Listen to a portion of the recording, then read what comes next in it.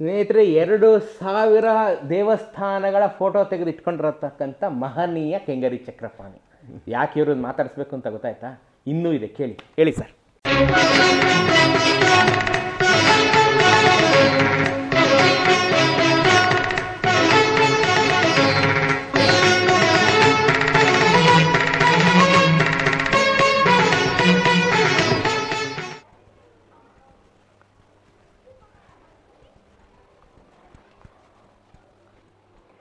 ನಮಸ್ಕಾರ ಸ್ನೇಹಿತರೆ, ಮೈಸೂರಿನ ಕಥೆಗಳಿಗೆ ಸ್ವಾಗತ ಸುಸ್ವಾಗತ. ಎಲ್ಲ ಲೈಫ್ ಎಂಜಾಯ್ ಮಾಡ್ತಾ ಇದ್ದೀರಾ ಅಂತ ಭಾವಿಸಿದ್ದೀನಿ. ಇಷ್ಟು ದಿನ ನೀವು ಕೆಂಗೇರಿಯ ಐತಿಹಾಸಿಕ ಜಾಗಗಳನ್ನು, ಸ್ಥಳಗಳನ್ನು, ಪ್ರಾಗೈತಿಹಾಸಿಕ ಸ್ಥಳಗಳನ್ನು ನೋಡಿ ಆನಂದಿಸಿದ್ದೀರಿ. ಇವತ್ತು ನಾನು ಕೆಂಗೇರಿಯ ಐತಿಹಾಸಿಕ ವ್ಯಕ್ತಿಯೊಬ್ಬರನ್ನ ಪರಿಚಯ ಮಾಡಿಸ್ತೀನಿ. ಅವರ ಹೆಸರು ಕೆಂಗೇರಿ ಚಕ್ರಪಾಣಿ. ಎಸ್, ಸುಮಾರು ಜನ ನಿಮ್ಮಲ್ಲಿ ಕೇಳಿರ್ಬೋದು ಕೆಂಗೇರಿ ಚಕ್ರಪಾಣಿ ಅಂದರೆ ಯಾರು ಅಂತ.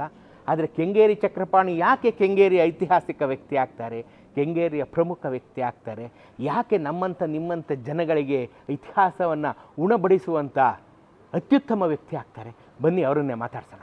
ಇದೇ ಕೆಂಗೇರಿ ಚಕ್ರಪಾಣಿ ಅವ್ರ ಮನೆ. ಅವ್ರನ್ನ ಮಾತಾಡ್ಸಿದ್ರೆ ಭಾಳ ಸೊಗಸಾದಂಥ ಐತಿಹಾಸಿಕ ಮಾಹಿತಿಯನ್ನು ನಮಗೆ ನಿಮಗೆ ಉಣಬಡಿಸ್ತಾರೆ. ಬನ್ನಿ ನೋಡೋಣ.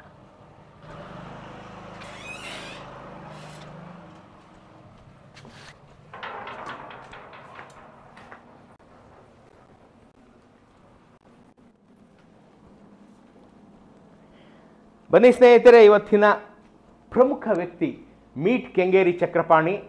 ನಮಸ್ಕಾರ ಸರ್. ನಮಸ್ತೆ ಧರ್ಮೇಂದ್ರ ಸರ್, ನಮಸ್ತೆ. ಕೆಂಗೇರಿ ಚಕ್ರಪಾಣಿಯನ್ನು ಮೀಟ್ ಮಾಡಿದ್ದೀರಾ.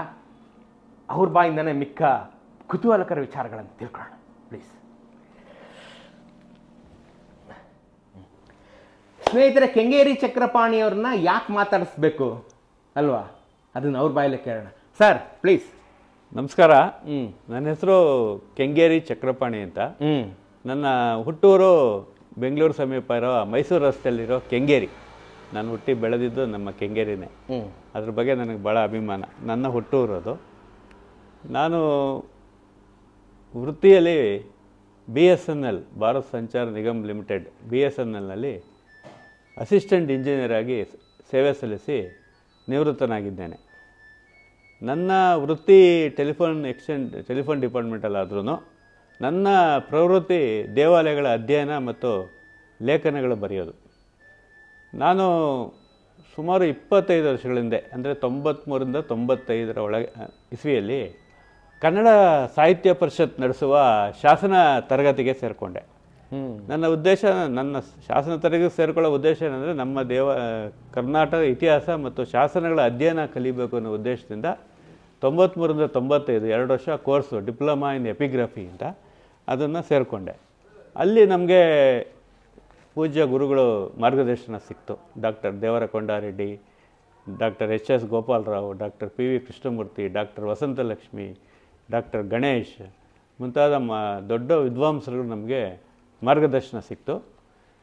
ಈ ಮಧ್ಯೆ ನಾನು ನನ್ನ ಆತ್ಮೀಯ ಮಿತ್ರ, ಸಹಪಾಠಿ, ನಾನು ಅವರು ಒಟ್ಟಿಗೆ ಓದಿದ್ದು ಆತ ನಾನು ಒಬ್ಬ ವೃತ್ತಿನಿರತ ಛಾಯಾಗ್ರಾಹಕ. ಒಂದು ಫೋಟೋ ಸ್ಟುಡಿಯೋ ಕೂಡ ಕೆಂಗೇರಿಲಿದೆ. ಆತ ನನಗೆ ಫೋಟೋಗ್ರಫಿ ಕಲಿಸ್ಕೊಟ್ರು. ಹಾಗಾಗಿ ನನ್ನ ಆತ್ಮೀಯ ಮಿತ್ರನೇ ನನ್ನ ಗುರು. ಫೋಟೋಗ್ರಫಿನಲ್ಲಿ ನನಗೆ ಯಾವ ಥರ ಲೈಟಿಂಗ್ ಸೆಟ್ ಮಾಡೋದು, ಬ್ಯಾಕ್ ಲೈಟ್ ಎಫೆಕ್ಟ್ ಯಾವ ಥರ ಕಂಟ್ರೋಲ್ ಮಾಡೋದು, ಅಂದರೆ ಒಂದು ಸಮಗ್ರವಾಗಿ ಫೋಟೋಗ್ರಫಿನ ನಾನು ಕಲಿತ್ಕೊಂಡೆ. ನಂತರ ಇಲ್ಲಿ ನಾನು ಶಾಸನ ತರಗತಿಗೆ ಸೇರಿಕೊಂಡ್ಮೇಲೆ ನಮಗೆ ನಮ್ಮ ಗುರುಗಳು ಪ್ರಾಚೀನ ದೇವಾಲಯಗಳಿಗೆ ಸಂದರ್ಶನಕ್ಕೆ ಕರ್ಕೊಂಡು ಹೋಗೋರು. ಏಕೆಂದರೆ ಶಾಸನಗಳಿರೋದೇ ದೇವಾಲಯಗಳ ಮುಂದೆ. ಶಾಸನಗಳ ಪಡಿಯಚ್ಚು ತೆಗೆಯೋಕ್ಕೆ ನಾವು ದೇವಾಲಯಗಳಿಗೆ ಹೋದಾಗ ನನ್ನ ದೃಷ್ಟಿ ಅಲ್ಲಿರುವ ದೇವಾಲಯಗಳ ಮೇಲೆ ಬಿತ್ತು. ದೇವಾಲಯಗಳ ಆರ್ಕಿಟೆಕ್ಚರ್ ಬಗ್ಗೆ ನಮ್ಮ ಗುರುಗಳು ಎಕ್ಸ್ಪ್ಲೇನ್ ಮಾಡೋರು. ನನಗೆ ತುಂಬ ಆಶ್ಚರ್ಯ ಆಗೋದು, ಎಂತೆಂಥ ದೇವಾಲಯಗಳಿದೆ ಕರ್ನಾಟಕದಲ್ಲಿ ಅಂತ. ಇರಲಿ ಅಂತ ನಾನು ಎಲ್ಲೆಲ್ಲಿ ನಾವು ಟೂರ್ ಹೋದಾಗ ಅಥವಾ ಶಾಸನಗಳ ಪಡಿಯಚ್ಚು ತೆಗೆಯೋಕ್ಕೆ ಹೋದಾಗ ಅದರ ಛಾಯಾಗ್ರಹಣ ಮಾಡ್ಕೊಂಬಂದೆ. ಆ ಕಾಲದಲ್ಲಿ 93, 98 ಡಿಜಿಟಲ್ ಕ್ಯಾಮ್ರಾ ಇನ್ನೂ ಇಂಟ್ರೊಡ್ಯೂಸ್ ಆಗಿಲ್ಲ. ರೋಲ್ ಕ್ಯಾಮ್ರಾ ತುಂಬ ಕಾಸ್ಟ್ಲಿ. ಆವಾಗ ಫೋಟೋಗ್ರಫಿ 130 ರೂಪಾಯಿ ಕೊಟ್ಟು ಒಂದು ರೋಲ್ ತೊಗೊಂಡ್ರೆ ಆ ರೋಲಲ್ಲಿ 36 ಎಕ್ಸ್ಪೋಸ್ ಬರೋದು. ಒಂದು ದೇವಾಲಯಕ್ಕೆ ಒಳಗಡೆ ನುಗ್ಗಿದ್ರೆ 4 ರೋಲ್ ಆಗೋಗ್ಬಿಡೋದು ನಮಗೆ.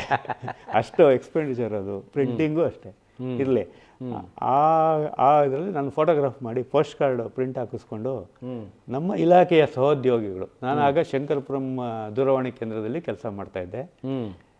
ನಾನು ಹೇಗಿದ್ರು ನನ್ನ ಆತ್ಮ ಸಹಪಾಠಿ ಮುನಿಯಾಂಜನಪ್ಪನವರಿಂದ ಫೋಟೋಗ್ರಫಿ ಕಲ್ತಿದ್ದರಿಂದ ನಾನು ಈ ಛಾಯಾಚಿತ್ರ ತೆಗೆಯೋದಕ್ಕೆ ನನಗೆ ಭಾಳ ಅನುಕೂಲ ಆಯಿತು. ತುಂಬ ಚೆನ್ನಾಗಿ ನನಗೆ ಹೇಳ್ಕೊಟ್ರು ಅವರು ಮುನಿಯಾಂಜನಪ್ಪ. ಸರಿ, ಅದನ್ನೇನು ಮಾಡಿದೆ, ನಾನು ಫೋಟೋಗ್ರಾಫ್ನ ತೊಗೊಂಡು ನಮ್ಮ ಸ್ನೇಹಿತರುಗಳಿಗೆಲ್ಲ ತೋರಿಸಿದೆ. ಸಹೋದ್ಯೋಗಿಗಳೇ ಮುಖ್ಯವಾಗಿ. ಸುಮಾರು ಜನ MS ಕೃಷ್ಣಮೂರ್ತಿ ಅಂತಿದ್ದಾರೆ, ಅರುಣಾಚಲಂ, ಹರಿಶಂಕರು, ಸುಮಾರು ಜನ ಮಿತ್ರರಿಗೆ ತೋರಿಸಿದೆ. ನೋಡ್ರಿ, ನಾನು ಟೂರ್ ಮಾಡ್ಕೊಂಡು ಬಂದು ಇಷ್ಟು ಫೋಟೋಗಳು ತೆಗೆದಿದ್ದೀನಿ ಅಂತ. ಆಶ್ಚರ್ಯ ಆಗೋಗ್ಬಿಡ್ತು ಆಗ ವ್ಯಕ್ತಪಡಿಸಿದ್ರು ಅವರು. ಏನಪ್ಪ ಇದು ಇದೆಯಾ, ಕರ್ನಾಟಕದಲ್ಲಿ ಇದೆಯಾ ಈ ದೇವಾಲಯಗಳು? ಅಯ್ಯೋ, ನಾನು ನೋಡೇ ಇಲ್ವಲ್ಲ, ಬೇಲೂರು ನೋಡಿದ್ದೀನಿ, ಹಳೆಬೀಡು ನೋಡಿದ್ದೀನಿ, ಇದು ಎಲ್ಲಿದೆ ಇದು ಅಂತ ಅವರೊಂಥರ ಆಶ್ಚರ್ಯ ವ್ಯಕ್ತಪಡಿಸಿದ್ರು. ಆಗ ನನ್ನ ಮನಸ್ಸಲ್ಲೊಂದು ಕಾನ್ಸೆಪ್ಟ್ ಬಂತು. ಇಷ್ಟೆಲ್ಲ ಪ್ರಾಚೀನ ದೇವಾಲಯಗಳು ಕರ್ನಾಟಕದಲ್ಲಿದ್ರೂ ಕನ್ನಡಿಗರಿಗೆ ಆಗಲಿ ಬೇರೆಯವರಿಗೆ ಅದರ ಪರಿಚಯ ಕಡಿಮೆ.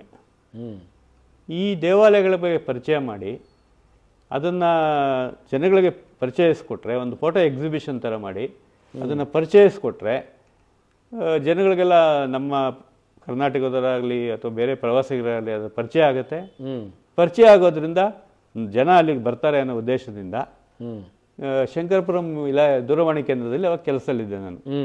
ಆಗ ಕನ್ನಡ ಕಲಾ ಸಂಘದ ಉಪಾಧ್ಯಕ್ಷರಾಗಿ ನಮ್ಮ ಹರಿಶಂಕರೇ ಇದ್ದರು. ಅವ್ರ ಹತ್ರ ನಾನು ಹೇಳಿದೆ, ಹರಿಶಂಕರ್, ಈ ಥರ ಒಂದು ಕಾನ್ಸೆಪ್ಟ್ ನನ್ನ ಮನಸ್ಸಲ್ಲಿ ಡೆವಲಪ್ ಆಗಿದೆ, ಇದು ಮಾಡೋಣ ಅಂತಂದೆ. ಮಾಡಿ, ಒಳ್ಳೇದು ನೋಡಿ, ಯಾರೂ ಮಾಡಿಲ್ಲ ಈ ಥರ ಕರ್ನಾಟಕದ ದೇವಾಲಯಗಳ ಬಗ್ಗೆ ಪರಿಚಯ ಇನ್ನೂ ಯಾರೂ ಮಾಡಿಲ್ಲ, ಮಾಡಿ ಅಂತಂದರು. ನನ್ನ ಪುಣ್ಯ ಅಂದರೆ ನಮ್ಮ ರಾಷ್ಟ್ರಕವಿ GS ಶಿವರುದ್ರಪ್ಪನವರು ಮತ್ತು ಗಮಕಿ ರಾಘವೇಂದ್ರ ರಾವ್, ಭಾಳ ದೊಡ್ಡ ಗಮಕ ವಿದ್ವಾಂಸರು, ಅವರನ್ನು ನಾವು ಅವತ್ತು ರಾಜ್ಯೋತ್ಸವದಲ್ಲಿ ಅತಿಥಿಗಳಾಗಿ ಕರೆದಿದ್ವಿ. ಆಮೇಲೆ ವಿನಯಾ ಪ್ರಸಾದ್ ಅವರು, ಚಿತ್ರನಟಿ. ನಾವು ಒಂದು 15 ದಿನ ನನಗೆ ವೇಳೆ ಇತ್ತು. ಕೇವಲ 130 ಫೋಟೋಗಳಿಂದ ನನ್ನ ಛಾಯಾಚಿತ್ರ ಪ್ರದರ್ಶನ, ಪ್ರಥಮ ಪ್ರದರ್ಶನ 1997ನೇ ಇಸ್ವಿನಲ್ಲಿ ಆರಂಭ ಮಾಡಿದೆ. GS ಶಿವರುದ್ರಪ್ಪನವರು, ಗಮಕಿ ರಾಘವೇಂದ್ರ ಅವರೆಲ್ಲ ಭಾಳ ಸಂತೋಷಪಟ್ಟರು. ಆ ಛಾಯಾಚಿತ್ರ ಕೂಡ ನನ್ನ ಹತ್ರ ಇದೆ. ಆಮೇಲೆ ಅದನ್ನು ನೋಡಿದವರೆಲ್ಲ ನನ್ನ ಭಾಳ ಎಂಕರೇಜ್ ಮಾಡಿದ್ರು, ನಮ್ಮ ಇಲಾಖೆಯವರು ಎಂಕರೇಜ್ ಮಾಡಿದ್ರು.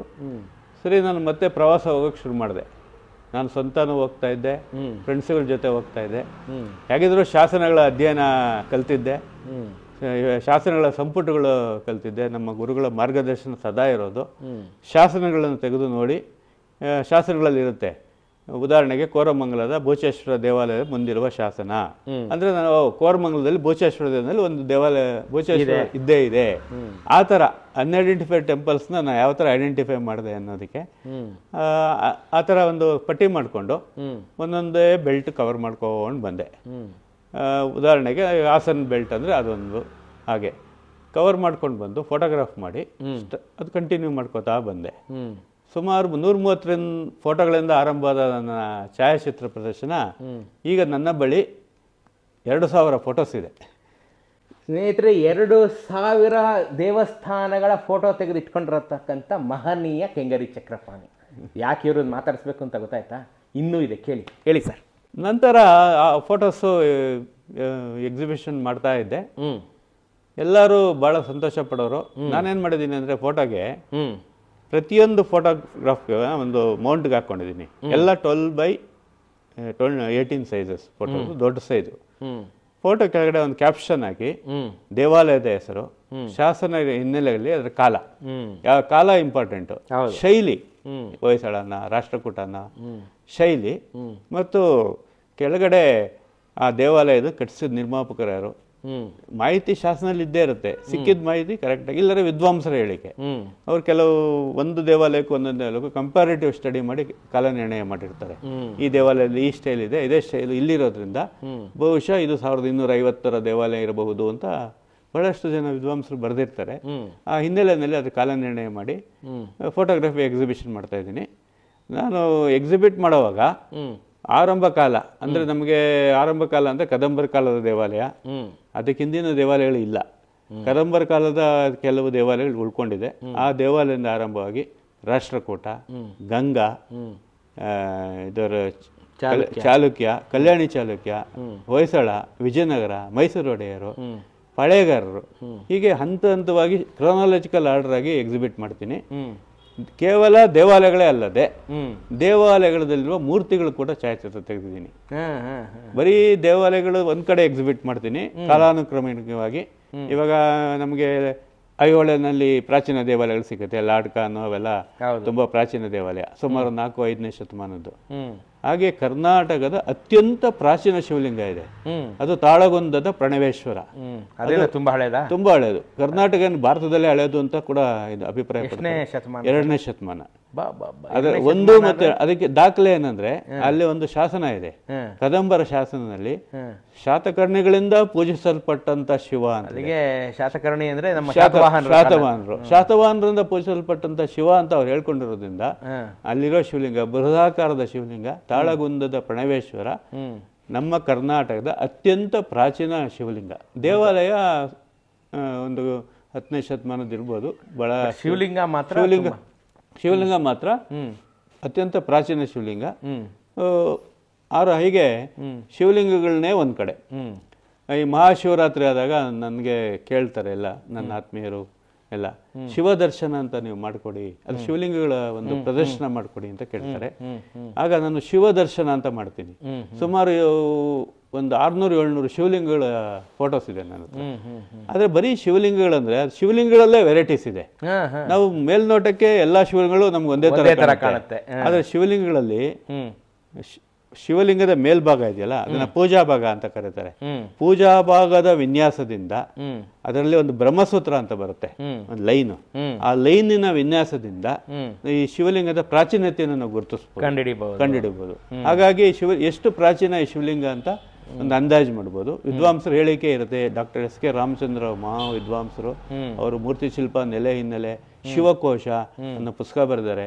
ಎಪಿಗ್ರಫಿಯ ಇದು ಕರ್ನಾಟಕ ಇದೆ. ಜೊತೆನಲ್ಲಿ ಟಿ ಎ ಗೋಪಿನಾಥ್ ದಾಸ್ ಅವರು ಎಲಿಮೆಂಟ್ಸ್ ಆಫ್ ಹಿಂದೂ ಐಕನೋಗ್ರಫಿ ಅಂತ ಪುಸ್ತಕ ಬರೆದಿದ್ದಾರೆ. ಬ್ಯಾನರ್ಜಿ ಅವರು ಹಿಂದೂ ಐಕನೋಗ್ರಫಿ ಪುಸ್ತಕ ಬರೆದಿದ್ದಾರೆ. ಅದಲ್ದಿರ ಮಯಮತ, ಮಾನಸಾರ ಶಾಸ್ತ್ರ ಗ್ರಂಥಗಳಿವೆ. ಈ ಹಿನ್ನೆಲೆಯಲ್ಲಿ ಎಲ್ಲಾ ಶಿವಲಿಂಗಗಳ ಪ್ರಭೇದಗಳು ನಾನು ಗುರುತಿಸ್ಕೊಂಡೆ. ಶಿವಲಿಂಗಗಳಲ್ಲಿ ನಿಮ್ಗೆ ಆಶ್ಚರ್ಯ ಆಗುತ್ತೆ, ಮುಖಲಿಂಗ ಇದೆ.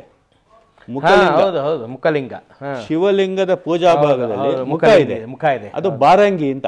ಶಿವಮೊಗ್ಗ ಜಿಲ್ಲೆ ಸೊರಬ ತಾಲೂಕಲ್ಲಿ ಬಾರಂಗಿನಲ್ಲಿ ಶಿವನ ಮುಖಲಿಂಗ ಇದೆ.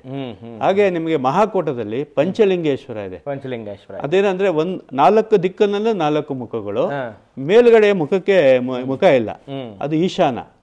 ಶಾಸ್ತ್ರ ಗ್ರಂಥದಲ್ಲಿ ಏನ್ ಹೇಳಿದೆ ಅಂದ್ರೆ ಈಶಾನ ದಿಕ್ಕು ಮುನಿಗಳಿಗೂ ಅಗೋಚರ.